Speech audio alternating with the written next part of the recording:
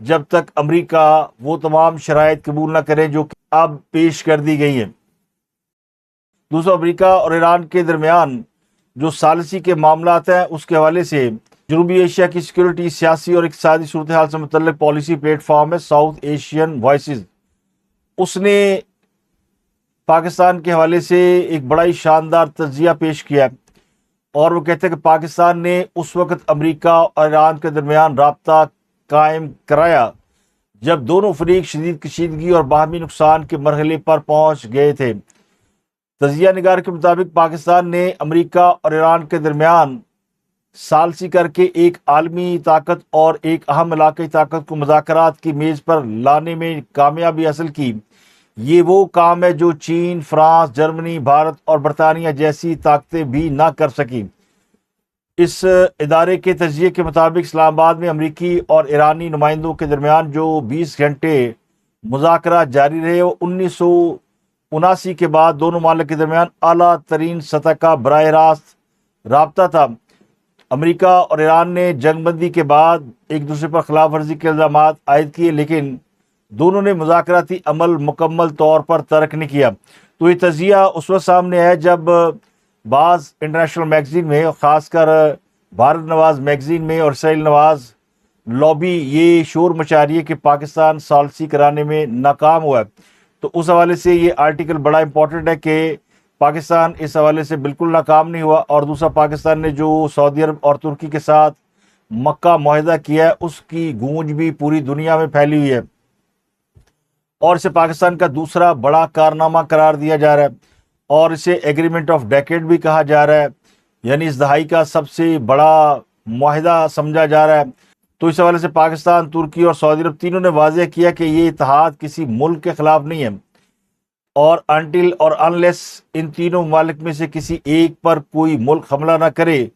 تو اس وقت تک اس ملک کو یہ سوچنا نہیں چاہیے کہ یہ اتحاد ان کے خلاف ہے۔ تو مکہ ایکارڈ کو لے کر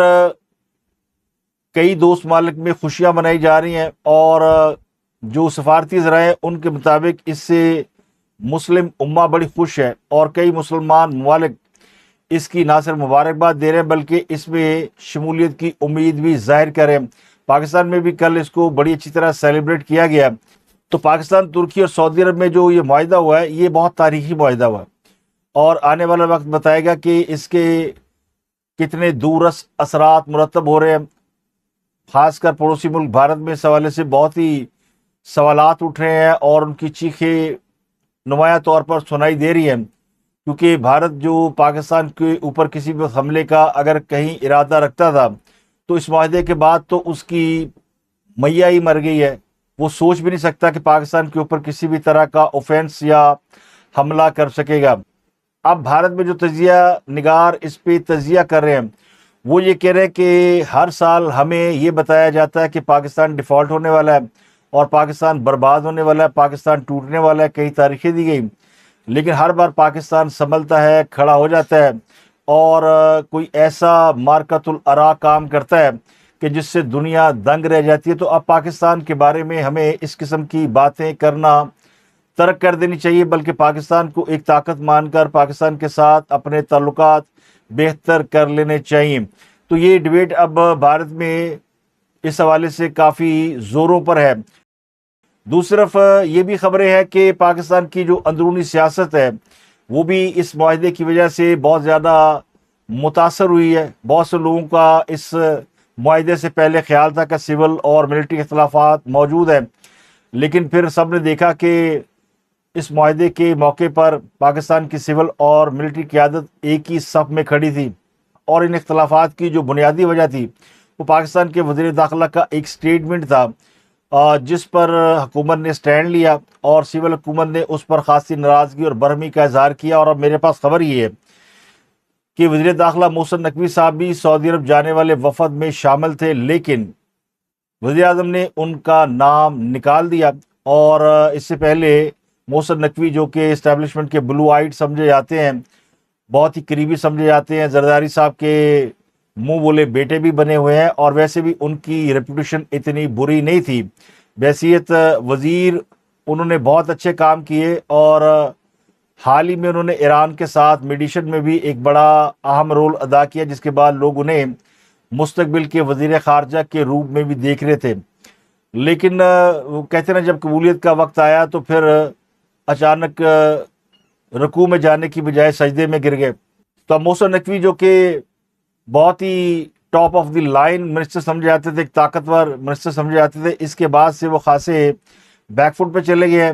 اور ذرائع کہتے ہیں کہ کوشش کی گئی تھی کہ معافی تلافی کے بعد ان کا نام لسٹ میں ڈال دیا جائے، لیکن شہباز شریف صاحب نے منع کر دیا اور ان کو سعودی عرب ساتھ نہیں لے کر گئے۔ تو محسن نقوی جو کہ امریکہ اور ایران کے درمیان مذاکرات میں بھی موجود تھے، اور سعودی عرب کے ساتھ جتنی ملاقات ہوئی وہاں بھی موجود تھے، چائنا میں بھی ان کی موجودگی تھی، حال ہی میں وہ امریکہ سے ہو کر آئے ہیں، تو خاصی مضبوط پوزیشن میں نظر آتے تھے، لیکن ایک بڑے دفاعی معاہدے کے موقع پر ان کی غیر موجودگی نے بہت سے سوال بھی اٹھائے۔ تو اس کے حوالے سے ذرائع نے بتایا کہ ان کو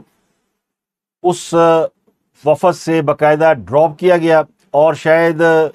انہیں اس بات کا اب اندازہ بھی ہو جائے گا کہ وہ ضرورت سے زیادہ ہوا میں اڑ رہے تھے، اور اقتدار کا اصل وزن کرسی نہیں ہوتی بلکہ فیصلے ہوا کرتے ہیں۔ تو اب ان کو اپنی کرسی بچانے کی فکر یقینی طور پر لاحق ہو گئی ہے۔ کل رات ایک بڑی اہم ملاقات لاہور میں ہوئی ہے، اور یہ ملاقات جو ہے وہ گوہر اعجاز صاحب کے گھر پر ہوئی ہے۔ گوہر اعجاز صاحب کی ایک ہاؤسنگ سوسائٹی ہے، بڑی قیمتی سوسائٹی ہے، اس میں ان کا گھر بھی ہے جہاں زرداری صاحب تشریف لے گئے۔ ویسے وہ بحریہ ٹاؤن میں اپنے بلاول ہاؤس میں موجود تھے، لیکن ملاقات جو ہے وہ گوہر اعجاز صاحب کے گھر پہ ہوئی، اور یہ 2.5 گھنٹے سے زیادہ ملاقات جاری رہی، اور اس ملاقات میں یقینی طور پر کئی خدشات کا اور مستقبل کے حوالے سے کئی خیالات کا اظہار ہوا ہوگا۔ تو آپ خود اندازہ لگا سکتے ہیں کہ میٹر آف کنسرن کیا ہو سکتا ہے کہ اچانک محسن نقوی اور زرداری صاحب کو ایک ملاقات کرنی پڑ گئی، اور یہ ملاقات جو ہے وہ اس ملاقات سے قدر مختلف ہے جو انہوں نے ایک طوفانی بیان دینے سے قبل زرداری صاحب سے کی تھی، جس کے بارے میں یہ کہا جا رہا تھا کہ انہوں نے شاید اسٹیبلشمنٹ کا کوئی سخت پیغام زرداری صاحب کو دیا ہے، لیکن اس ملاقات سے لگتا یوں ہے کہ وہ پیغام شاید سخت نہیں تھا، یا زرداری صاحب کے لیے سخت نہیں تھا، وہ حکومت کے لیے سخت پیغام تھا، اور شاید اس میں کوئی تھپکی زرداری صاحب نے بھی دی ہو، جس کی وجہ سے محسن نقوی صاحب جو ہے وہ 2 قدم آگے بڑھ کر چھکا لگانے کی کوشش میں سٹمپ آؤٹ ہو گئے۔ تو یہ بڑی اہم خبر ہے پاکستان کی پولیٹیکل سچویشن کے حوالے سے کہ ایک طاقتور وزیر اب اپنی کرسی بچاتے پھر رہے ہیں۔ اگلی خبر یہ کہ مکہ معاہدہ میں عمران نیازی کا بھی بڑا کردار نکل آیا، اور کہنے والے کہتے ہیں کہ اگر خان صاحب جیل میں نہ ہوتے تو شاید حالات اس نہج تک نہ پہنچ پاتے جہاں پاکستان، سعودی عرب اور ترکی ایک دفاعی معاہدے پر یکجا ہوتے۔ ایک وقت تھا کہ سعودی عرب کے ساتھ ہماری ناراضگی تھی، ہمیں گھاس بھی نہیں ڈالی جاتی تھی،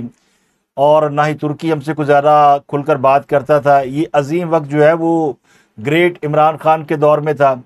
اور پھر ایک وقت ہم نے عمران خان کے دور میں یہ بھی دیکھا کہ جب سعودیہ والے کھجوریں دے کر، قربانی کا گوشت دے کر، اور ساتھ ہی جہاز کا چوٹا دے کر جب چاہے جہاز سے اتار دیا کرتے تھے، اب پاکستان اسلامک ورلڈ کی سپر طاقت بن گیا ہے، تو چیخیں ادھر بھی بلند ہو رہی ہیں، اور کہنے والے کہتے ہیں کہ جب بھی مرشد کی رہائی کا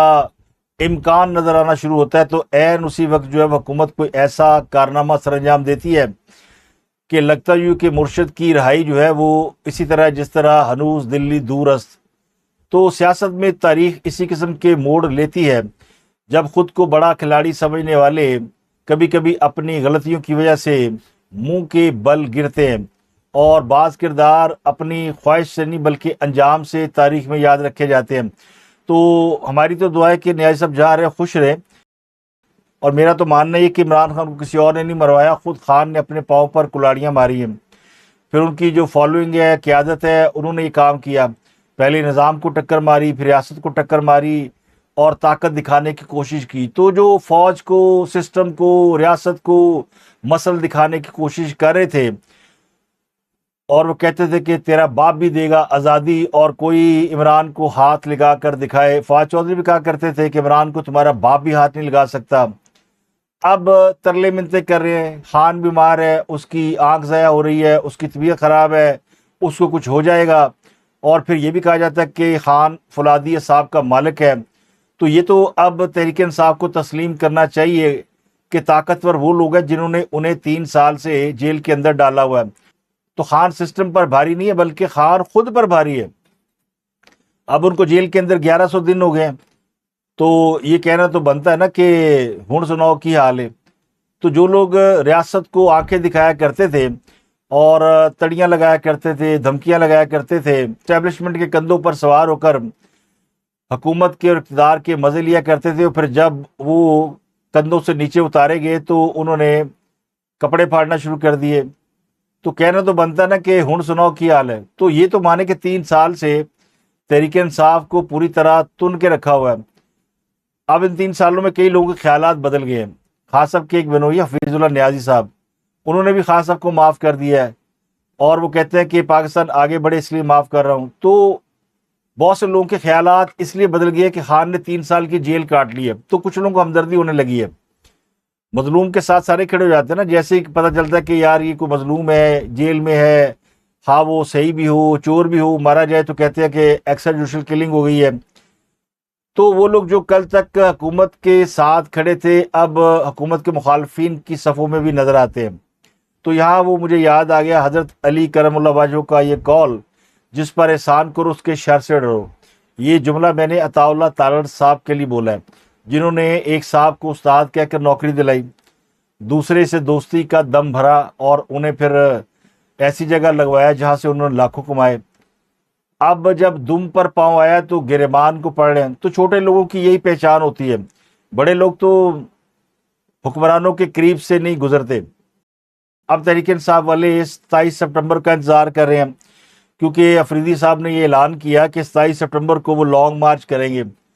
تو لوگوں نے امیدیں باندھ لی ہیں کہ 27 سپٹمبر کو لوگ اسلام آباد جائیں گے اور عمران خان کو رہا کرا کر لے آئیں گے۔ تو کچھ لوگ یہ بھی دعویٰ کریں کہ عمران خان اگر باہر آیا تو نظام گر جائے گا، کیونکہ عمران خان بہت طاقتور ہے۔ تو خان تو اس وقت نظام نہیں گرا سکا جب وہ باہر تھا، باہر رہ کے بھی انہوں نے 2-3 لانگ مارچ کیے، تو کیا نتیجہ نکلا؟ اب تو ان کی وہ طاقت ہی نہیں ہے، اور اب پاپولیرٹی کا جو ان کا لیول ہے وہ خاصا نیچے گرا ہوا ہے۔ تو یہ نظام تلپٹ نہ وہ باہر آ کر کر سکتے ہیں نہ اندر رہ کر کر سکتے ہیں۔ اب تحریک انصاف کا اب حال دیکھ لیں کہ سہیل افریدی نے صحافیوں سے ملاقات کی ہے، اور انہوں نے پہلے کہا کہ 27 سپٹمبر کو 20 لاکھ نوجوانوں کو لے کر اسلام آباد جائیں گے۔ لوگ بڑے خوش ہوئے، تالیاں بڑی بجیں، وہاں جتنے صحافی بیٹھے تھے ان کے فیورٹ ان سے ملاقات میں انہوں نے جب کہہ دیا کہ 20 لاکھ کاکروچ اسلام آباد جائیں گے تو سارے بڑے خوش ہوئے، ایک دوسرے کو مبارکبادیں دی۔ تھوڑی دیر بعد انہوں نے کہا کہ مجھے کہا گیا کہ اگر تم نے لانگ مارچ کا اعلان کیا تو 5 دنوں میں تمہیں نااہل کرا دیں گے۔ تو اب انہوں نے دعویٰ کیا ہے، اب وہ 5 دنوں میں نااہل ہوتے ہیں یا نہیں ہوتے، مگر وہاں بھی تالیاں بجی کہ بڑا بہادر ہے کہ دھمکی کے باوجود لانگ مارچ کا اعلان کر دیا۔ اور آخر میں انہوں نے وہ ساری جو ہے نا وہ کیتی کرائی کھو میں ڈال دی، یہ کہہ کر کہ لانگ مارچ کا مقصد عمران خان کی رہائی نہیں ہے، عمران خان تک رسائی ہے، یعنی کھودا پہاڑ نکلی چویا، اگر عمران خان تک رسائی مل جائے تو لانگ مارچ کینسل۔ تو اس پر لوگوں کو پہلے ہی شک تھا کہ انہوں نے ایک لمبی تاریخ دے دی ہے، اور تاریخ بھی انہوں نے کسی کور کمیٹی یا پولیٹیکل کمیٹی میں بحث کیے بغیر دے دی ہے۔ اب وہ کہہ رہے جی ہم نے مشورہ کیا گیا ہے، لوگ پوچھ رہے 2 مہینے کے لمبے عرصے کا وقت دینے کے پیچھے کیا لاجک ہے۔ پھر لوگوں نے یہ بھی الزام لگایا کہ ان کی محسن نقوی سے اور کور کمانڈر سے ملاقات ہوئی ہے، اس کی تردید بھی نہیں کر پا رہے۔ اب مراد سعید صاحب نے بھی ٹویٹ کر دیا کہ عمران خان کی صحت بڑی خراب ہے، اور یہ جو 27 سپٹمبر ہے اس کو 27 اگست کر دیں۔ مراد سعید نے تو باقاعدہ ٹویٹ میں یہ لکھا کہ کون سے ایسے مستند رائے ہے کہ بغیر کسی ملاقات کے بھی آپ لوگوں کو یقین ہے کہ عمران خان ٹھیک ہے۔ تو میں بتا دیتا ہوں کون سے ذرائع۔ منگل اور جمعرات کو بیوی سے ملاقات کرائی جاتی ہے، بشرا بی بی سے، اور اس ملاقات کے بعد بشرا بی بی اپنی بیٹیوں اور بھاوج سے ملاقات کرتی ہیں۔ وہ بیٹیاں اور بھاوج باہر جا کر بتاتی ہیں سب کو کہ عمران خان ٹھیک ٹھاک ہے۔ اگر عمران خان کو کچھ بھی ہوا ہوتا تو اب تک کوئی خوفناک پیغام باہر آ چکا ہوتا تو یہ باہر بیٹھے سورس پوچھ رہے، تو سورس میں نے آپ کو بتا دیا کہ عمران خان کا جو صحت کے حوالے سے سورس ہے وہ یہ ہے۔ تو اب ان کو اگر یہ لگتا ہے کہ 27 سپٹمبر کی ڈیٹ بہت لمبی ہے تو مراد سعید کیوں سہیل آفریدی کے انتظار میں ہے؟ مراد سعید ڈیٹ دے 14 اگست کی اور خود آئے اور لیڈ کرے، کیونکہ کاکروچز تو تیار ہیں۔ تو تحریک انصاف والے بیچارے بات کی بولیاں بول رہے ہیں، اور اس لیے میں نے کہا ہے تو اب تحریک انصاف کے اندر بھی گھمسان کی لڑائی چل رہی ہے، سب ایک دوسرے کو گالیاں دے رہے ہیں۔ شہباز گل شفیع جان کو گالیاں دے رہا ہے، شفیع جان شہباز گل پہ الزامات عائد کر رہا ہے، ایک وہ سمینہ پاشا ہے اس کے اوپر بھی الزامات لگ رہے ہیں۔ تو ایک غدر مچا ہوا ہے، اور غدر اس لیے مچا ہوا ہے کہ جیسی کوکو ویسی کوکو کے بچے، نہ لیڈر کا ویژن، نہ پارٹی کا ویژن، نہ کوئی حکمت عملی، نہ کوئی پولیٹیکل اسٹریٹجی۔ تو پھر آگے جو کنبا ہے سارا وہ بھی بھانمتی کا کنبا، کہیں کی اینٹ کہیں کا روڑا، بھانمتی نے کنبا جوڑا، تو اس کا حال ایسا ہی ہے۔ اب بات کرتے ہیں لاہور پولیس کے حوالے سے، جس کے کارنامے ختم ہونے کا نام ہی نہیں لے رہے، روز کوئی نہ کوئی کٹا کھلا ہوتا ہے۔ اب کچھ روز قبل تھانہ ٹاؤن شپ میں 2 خواتین کی پرسرار طور پر موت ہو گئی۔ بتایا گیا کہ تھانہ منتقلی کے دوران کی طبیعت بگڑ گئی تھی اور ان کو کوئی ہارٹ اٹیک ہوا۔ تو ہارٹ اٹیک ایک وقت میں ایک ہی شخص کو ہو سکتا ہے، 2 کو کیسے ہو گیا یہ بڑا اہم سوال ہے۔ اب ان کی ایک فوٹیج منظر عام پر آ گئی، کیونکہ یہ بھی بڑا اہم کیس ہے۔ اب ان دونوں خواتین کی اس لیے بات نہیں ہو رہی کہ یہ غریب گھر سے ہیں اور غالباً یہ پولیس کے بقول